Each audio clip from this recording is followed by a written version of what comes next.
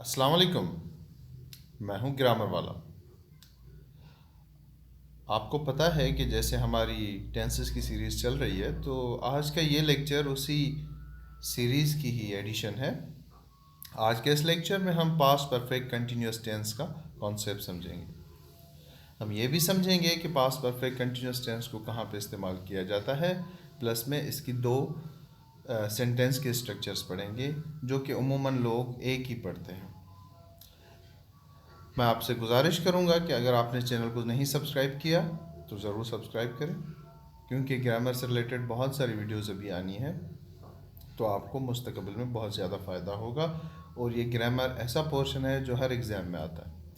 अपने लेक्चर का आगाज़ करते हैं। सबसे पहले हम समझेंगे पास्ट परफेक्ट कंटिन्यूअस टेंस क्या होता है। याद रखें, ये कोई ऐसे एक्शन की बात करता है, किसी भी ऐसे एक्शन के टाइम की बात करता है जो पास्ट में कहीं स्टार्ट हुआ था, वो कंटिन्यू था, उसके दौरान कोई दूसरा जो है एक्शन भी हुआ था। मीन्स ये ऐसे कह लें कि ऐसा काम है जो पास्ट में स्टार्ट था, ठीक है, वो इन प्रोसेस था, उसके दरमियान कोई दूसरा काम हुआ था, ठीक है। इस तरह से हम इसका कॉन्सेप्ट समझेंगे। अभी ये एग्जांपल्स करेंगे तो हमें ज़्यादा समझ में आएगा। इसके हेल्पिंग वर्ब एक ही है, हैड बिन जो है इसका हेल्पिंग वर्ब है, जो कि सारे सब्जेक्ट्स के साथ लगता है। सेंटेंस स्ट्रक्चर को देख लेते हैं। इसके सेंटेंस स्ट्रक्चर में सबसे पहले सब्जेक्ट आता है, उसके साथ साथ had been plus ING form of verb, उसके साथ ऑब्जेक्ट। अब ऑब्जेक्ट जो है वो ज़रूरी नहीं है, बहुत सारे सेंटेंसेस ऐसे होते हैं जिनमें ऑब्जेक्ट नहीं होता, ठीक है। तो ये हम आगे चल के समझेंगे कि कौन से सेंटेंसेस में ऑब्जेक्ट नहीं होता। तो दूसरा इसका स्ट्रक्चर जो है पास्ट परफेक्ट कंटिन्यूअस टेंस का, वो है सबसे पहले आपने मतलब दो कम्बिनेशन ऑफ सेंटेंसेस होते हैं हमेशा इसमें। एक मैन जो है सेंटेंस होता है, उसके साथ रेफरेंस सेंटेंस लगाते हैं।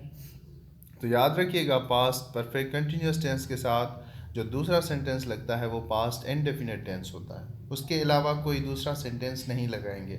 अगर आप पास्ट परफेक्ट कंटिन्यूअस टेंस के साथ कोई दूसरा मीन्स पास्ट इंडेफिनिट टेंस के अलावा कोई दूसरा टेंस लगा रहे हैं तो आपका सेंटेंस गलत हो जाएगा। इसकी एग्जांपल मैंने यहाँ पे लिखी हुई है जो कि आपको बेहतर अंडरस्टैंडिंग देगी। यहाँ पे लिखा हुआ है, she had been sewing her clothes when they walked into her room. ठीक है, अब यहाँ पे जो फर्स्ट डेफिनेशन थी उसके कॉन्सेप्ट को भी हम समझ लेंगे और दोनों स्ट्रक्चर्स को भी सेटिस्फाई करेंगे। यहाँ पे देखें, सबसे पहले she had been sewing her clothes, एक हो गया सेंटेंस, ठीक है। ये हो गया फर्स्ट वाला स्ट्रक्चर, सेंटेंस का फर्स्ट वाला स्ट्रक्चर मैं हाईलाइट कर देता हूँ। ये इस स्ट्रक्चर की बात कर रहा हूँ मैं, फर्स्ट वाला, वो फर्स्ट सेंटेंस में आ गया, मीन्स यहाँ से यहाँ तक, ठीक है। उसके बाद दूसरा स्टार्ट होता है, when they walked into her room. अब अगर इस पूरे सेंटेंस की बात करें तो ये सेकंड वाले स्ट्रक्चर को भी सेटिस्फाई कर रहा है, क्योंकि इसके साथ जो सेंटेंसेस लगे हुए हैं इसमें, वो सबसे पहले है पास्ट परफेक्ट कंटिन्यूअस टेंस का, उसके साथ पास्ट इंडेफिनिट टेंस लगा हुआ है, ठीक है। वो ये वाला डिपेंडेंट क्लॉज जिसको हम कहते हैं वो लगा हुआ है। डिपेंडेंट क्लॉज आपका जो है वो यहाँ पे पास्ट इंडेफिनिट टेंस में है, ठीक है। सबसे पहले पास्ट परफेक्ट कंटिन्यूअस टेंस लगाएंगे, उसके बाद पास्ट इंडेफिनिट टेंस लगाते हैं। आप इसको चेंज भी कर सकते हैं, इसका स्ट्रक्चर आगे पीछे हो सकता है। मीन्स आप पास्ट परफेक्ट कंटिन्यूअस टेंस को बाद में लगा लें, पास्ट इंडेफिनिट टेंस को पहले लगा लें, ये आप आगे पीछे कर सकते हैं, ठीक है। इस तरह से हमने इस स्ट्रक्चर को लेके चलना है। याद रखिएगा, यहाँ पे पास्ट परफेक्ट कंटिन्यूअस टेंस के साथ कोई दूसरा मीन्स पास्ट इंडेफिनिट टेंस के अलावा कोई टेंस यूज़ किया तो आपका सेंटेंस गलत हो जाएगा, ठीक है बच्चों।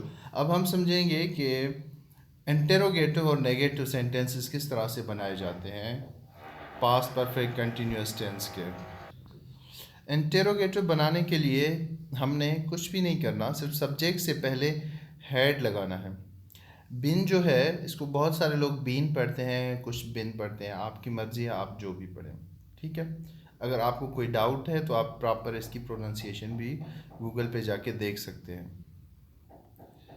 हेड के हेड लगा के उसके बाद सब्जेक्ट लगाना है, कोई सा भी सब्जेक्ट हो सबके साथ सेम ही हेल्पिंग वर्ब लगता है पास्ट परफेक्ट कंटिन्यूअस टेंस में, ठीक है। हैड ही been playing means ING form of verb लगाना है यहाँ पे आपने, ठीक है। उसके बाद जो आपका डिपेंडेंट क्लॉज है यहाँ पे, when they arrived at home, ठीक है। इसको इस तरह से हम इंटेरोगेटिव करते हैं, सिर्फ हेड को सब्जेक्ट से पहले लगाते हैं, बिन को सब्जेक्ट के बाद लगाते हैं, आईएनजी फॉर्म ऑफ वर्ब लगाते हैं, और इसमें रेफरेंस सेंटेंस ज़रूर लगाते हैं। इसकी वजह यह है कि जब तक आप रेफरेंस सेंटेंस नहीं लगाएंगे तो आपको कैसे पता चलेगा कि कोई काम कब तक कंटिन्यू था, ठीक है। तो इसीलिए यहाँ पे ये ऑब्लिगेटरी है कि आपने इसका रेफरेंस सेंटेंस लगाना है कि वो सिर्फ इसकी जो फर्स्ट वाली स्ट्रक्चर, जैसे कि मैंने यहाँ पे लिखी हुई है, मैं इसको दोबारा हाईलाइट कर देता हूँ एक बार, ये वाली स्ट्रक्चर, ठीक है। इस स्ट्रक्चर की बुनियाद पे सेंटेंस बना देते हैं जो कि रेफरेंस सेंटेंस को मिस कर देती है, जिसकी वजह से हम जो गलत हो जाते हैं। मींस जिसको सही ग्रामर आती होगी तो वो इस चीज़ को कभी भी कंसीडर नहीं करेगा, वो रेफरेंस सेंटेंस को पहले देखेगा, ठीक है बच्चों। और उसके बाद इन नेगेटिव सेंटेंस बनाने के लिए सिर्फ आपने क्या करना है, सब्जेक्ट लिखें, हेड लिखें, उसके साथ नॉट लिख के फिर बिन या बीन जो भी आप पढ़ें वो लिखना है, ING form of verb. Had been के बीच में मीन्स हैड नॉट बीन लिखेंगे तो आपका नेगेटिव सेंटेंस बन जाएगा, और बाकी स्ट्रक्चर इसका सेम होगा, आईएनजी फॉर्म होगा प्लस में रेफरेंस सेंटेंस तो आपने लिखना ही लिखना है, ठीक है। तो हमारा ये लेक्चर यहाँ पे कंप्लीट होता है। कोई भी अगर आपको सवाल या कोई क्वेरी हो तो आप कमेंट बॉक्स में पूछ सकते हैं, या डिस्क्रिप्शन बॉक्स में मैं अपना कॉन्टैक्ट नंबर लिख देता हूँ, या व्हाट्सएप ग्रुप का भी मैं लिंक दे देता हूँ वहाँ पे, तो आप वहाँ पे मुझे पूछ सकते हैं, या कोई एडिशन करना चाहें तब भी आप मुझे बता सकते हैं।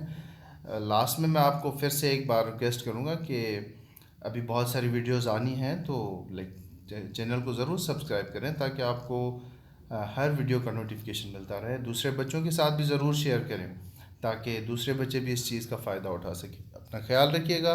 अल्लाह हाफिज़।